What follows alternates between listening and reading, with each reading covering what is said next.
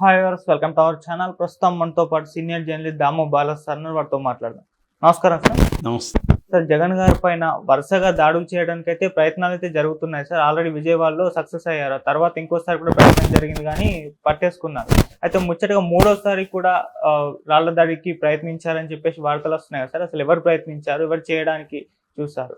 మరి అలాగే విజయవాడ కేసు అది అప్డేట్ ఎంతవరకు వచ్చింది? యాక్చువల్గా జగన్ మీద విజయవాడలో జరిగిన రాళ్ల దాడి చూసాము. ఇప్పుడు వైజాగ్లో, విశాఖలో ఆయన నిన్న ఆడ వెళ్ళి బస్సు యాత్ర చేస్తున్నప్పుడు 1902 హెల్ప్ లైన్కి ఒక కాల్ వచ్చింది. ఆ కాల్లో ఎవరో ఒక అబ్బాయి మేము జగన్ని మళ్ళీ రాళ్ల దాడి చేయబోతున్నామని చెప్పారు. సో ఆ కాల్ని వీళ్ళు ట్రేస్ చేసి పోలీసులు ఒక 5 మంది కుర్రాళ్ళని అరెస్ట్ చేశారని చెప్తున్నారు. అంటే వాళ్ళు ప్లాన్ చేసుకున్నారనేది తెలుస్తుంది. సో పోలీసుల ఇంట్రాగేషన్లో కూడా వాళ్ళు రాళ్లదాడి నిజంగానే ప్లాన్ చేసుకొని చెప్పి చేయాలనేది వాళ్ళు అనుకున్నట్టుగా తెలుస్తుంది.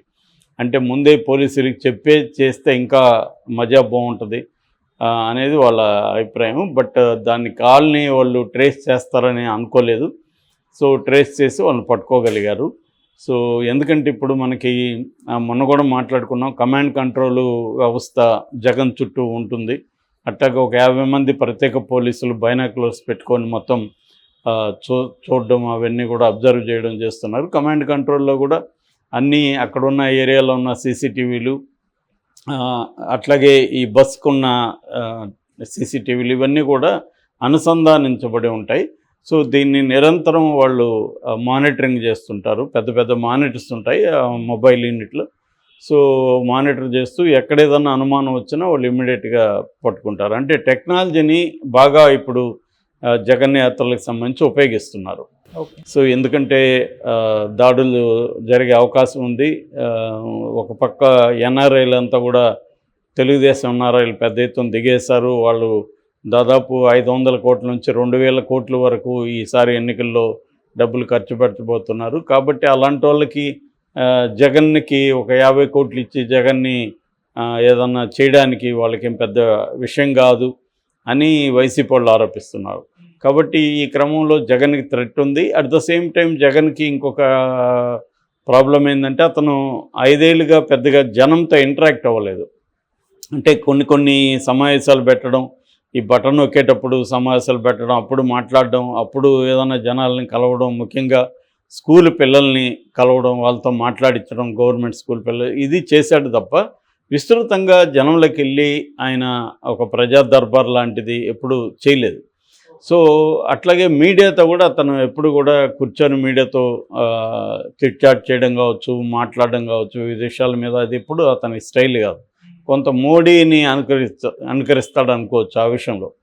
సో ఈ క్రమంలో ఇప్పుడు ఎలక్షన్ దగ్గరకు వచ్చినప్పుడు జగన్ ఏం చేస్తాడంటే తన ఈ 5 ఏళ్లుగా ఉన్న స్టైల్కి భిన్నంగా తన పాత ప్రతిపక్షంలో ఉన్నప్పుడు పాదయాత్రలో చేసిన జగన్ ఎలా అయితే చేశాడో, అంటే జనాల్లోకి వెళ్ళడం, వాళ్ళందరినీ దగ్గరికి తీసుకోవడం, వాళ్ళ సమస్యలు వినడం, వాళ్ళతో మాట్లాడడం, కొన్ని అక్కడికక్కడ పరిష్కరించడం ఇలా చేస్తున్నాడు. దానివల్ల మంచి ప్రతిస్పందన కూడా వస్తుంది. సో అయితే దీనివల్ల ఏంటంటే సెక్యూరిటీ ఇష్యూస్ వస్తాయి. ఎంత సెక్యూరిటీ ఉన్నా కూడా వేల మంది, లక్షల మంది వచ్చినప్పుడు వాళ్ళందరినీ కంట్రోల్ చేయడం కష్టం. సో ఎందుకంటే ఇతను జనంలోకి వెళ్ళాలి, ఎవరు వచ్చినా కలుస్తాడు. సో ఆ కలిసి వచ్చిన వాళ్ళల్లో ఎవరైనా కత్తులు తీసుకురావచ్చు, ఇంకొకటి బాంబులు తీసుకురావచ్చు, ఏవైనా జరగచ్చు. అంతమందిని చెక్ చేసి చేయడం కూడా కష్టమవుతుంది. అప్పటికి చెక్ చేస్తున్నారు మ్యాక్సిమంగా. ఏదేమైనా అది ఇబ్బంది అవుతుంది. క్రౌడ్ ఎక్కువ ఉండి జనంలో ఉన్నప్పుడు సెక్యూరిటీ అనేది నైట్ మేర్ సెక్యూరిటీ ఏజెన్సీలకి. సో ఆ రకంగా అప్పటికీ చాలా జాగ్రత్తలు అయితే తీసుకుంటున్నారు. బట్ ఇటువంటి సంఘటనలు జరుగుతున్నాయి. ఇంకా ఎన్నికలకు 20 రోజులు కూడా లేదు. సో ఈ టైంలో ఇంకేదన్నా ఎన్నికల దగ్గరకు వచ్చినప్పుడే ఏదన్నా అనుకోని సంఘటనలు జరుగుతాయా అన్న భయం అయితే చాలామందిలో ఉంది. ఎందుకంటే ఇప్పుడున్నంతగా ఆంధ్రప్రదేశ్లో ఎప్పుడు కూడా లేదు. అంత ఒక హీటెడ్ దీంట్లో ఉన్నాయి. అసలు ఏమాత్రం సందు దొరికినా ఒకరినొకరు చంపుకుంటారేమన్న భయం వేసేంత స్థాయిలో అక్కడ హేట్రెడ్ ప్రవహిస్తూ ఉంది. మీడియాలో కానీ మనం చూస్తూ ఉంటే ఏ పత్రిక తీసుకున్నా ఎటువైపు అయినా రోజు హేట్గా అనిపిస్తుంది. విషం జమ్ముకుంటున్నారు ఒకరి మీద ఒకరికి. చివరి కొత్తగా ఎన్ఆర్ఐ వీడియో కూడా ఒకటి లీక్ అయింది, కోమటి జయరామ్ది. అతను కూడా ఓటర్ వెధవల్ని డబ్బులతో కొనేద్దామని ఓపెన్గానే మాట్లాడుతున్నాడు. మనకి ఒకటి మీద 2 లక్షలు ఖర్చు పెట్టడం ఈ హాల్లో ఉన్న వాళ్ళకి పెద్ద విషయం కాదని మాట్లాడుతున్నాడు అతను. అంటే ఆ స్థాయిలో బరితెగించి దిగేశారు 2 పార్టీలు కూడా. అంటే డబ్బులతో కొనొద్దాం, లేకపోతే ఏమైనా చేద్దాం, గెలవాలి అనేదే ఇప్పుడు టార్గెట్ అయిపోయింది. అంటే ఇంతకుముందు అయితే ఇది చేయొద్దు అని కొన్ని కోడ్ ఆఫ్ కాండక్ట్ కొన్ని అన్రిటన్గా ఉండేవి. ఇవాళ ఏవీ లేవు. ఏదైనా చంపడమైనా సరే, డబ్బులు ఇచ్చైనా సరే, ఏమైనా చేసి మనం గెలవాలి అన్న ధోరణి 2 వర్గాల్లో ఉంది. ఎందుకంటే టైట్గా ఉంది, ఎవరో సీపు కనబడట్లేదు. అందుకని మనం కొద్దిగా అన్నీ వదిలేసి మనం కొన్ని ట్రై చేస్తే మనమే గెలుస్తామని ఇద్దరు కూడా అనుకునే అవకాశం ఉంది 2 కూటములు.